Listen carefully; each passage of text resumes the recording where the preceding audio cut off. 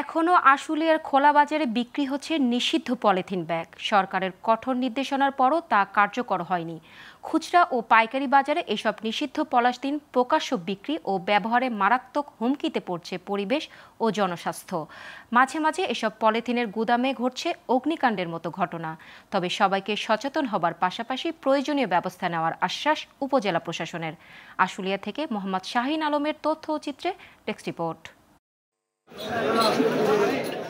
সাভারের আশুলিয়ায় প্রায় প্রতিটি বাজারে বিক্রি হচ্ছে নিষিদ্ধ পলিথিন। পাশাপাশি পাইকারি আড়তেও চলছে পলিথিনের রমরমা ব্যবসা। অভিযোগ উঠেছে প্রশাসনের নিয়মিত নজরদারি ও অভিযান না চালানোই এসব পলিথিন খোলা বাজারে খুচরা ও পাইকারি বিক্রি হচ্ছে।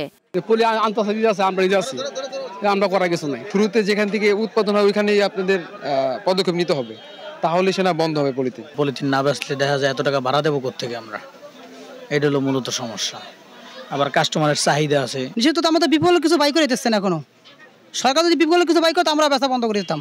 আশুলিয়ার সব খোলা বাজারে পণ্য কেনা বেচায় ব্যবহার করা হচ্ছে পলিথিন। ফলে একদিকে মারাত্মক হুমকির মুখে পড়ছে পরিবেশ, অন্যদিকে মাঝের মধ্যেই এসব পলিথিনের গোদামে লাগছে আগুন। পলিথিন বিক্রি বন্ধে প্রশাসনের হস্তক্ষেপ চান ব্যবসায়ী সহ সাধারণ মানুষ। আমরা চাই যে পলিথিনের বিকল্প পরিবেশ বন্ধ এরকম কিছু আগে বাজারে আসুক, তারপরে পলিথিন বন্ধ করুক। পাই পলিথিন, তাহলে পলিথিন নিতে আছে। এখন সালার ব্যাগ তো আর পাইতেছি না। সালার ব্যাগ পলিথিন যদি না থাকতো তাহলে সালার ব্যাগ ব্যবহার করতাম। পলিথিন আমাদের বর্জন করতে হবে। পলিথিন যেন আমরা ব্যবহার না করি, পলিথিনের বিরুদ্ধে যেন প্রশাসন দেখে বা প্রশাসন যেন এটার জন্য সোচ্চার হয়। এদিকে ক্রেতাদের পলিথিন ব্যবহারে সতর্ক ও সচেতন হবার পাশাপাশি প্রয়োজনীয় আইনি পদক্ষেপ নেওয়ার আশ্বাস দেন উপজেলা প্রশাসনের এই কর্মকর্তা। বিভিন্ন সময় মোবাইল কোর্ট পরিচালনা করে যারা হলো যে অবৈধ ব্যবসায়ী পলিথিন ব্যবসায়ী জরিমানা সহ বিভিন্ন পদক্ষেপ গ্রহণ করছি। তাদেরকে ইতিপূর্বে সতর্ক করা হয়েছে, জরিমানা করা হয়েছে।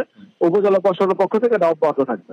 সঠিক আইন প্রয়োগ করে শিগগির পলিথিন বাজারজাত, বিক্রি ও ব্যবহার বন্ধে পদক্ষেপ নেওয়ার পাশাপাশি পরিবেশকে রক্ষার দাবি আশুলিয়াবাসীর। Global television news desk.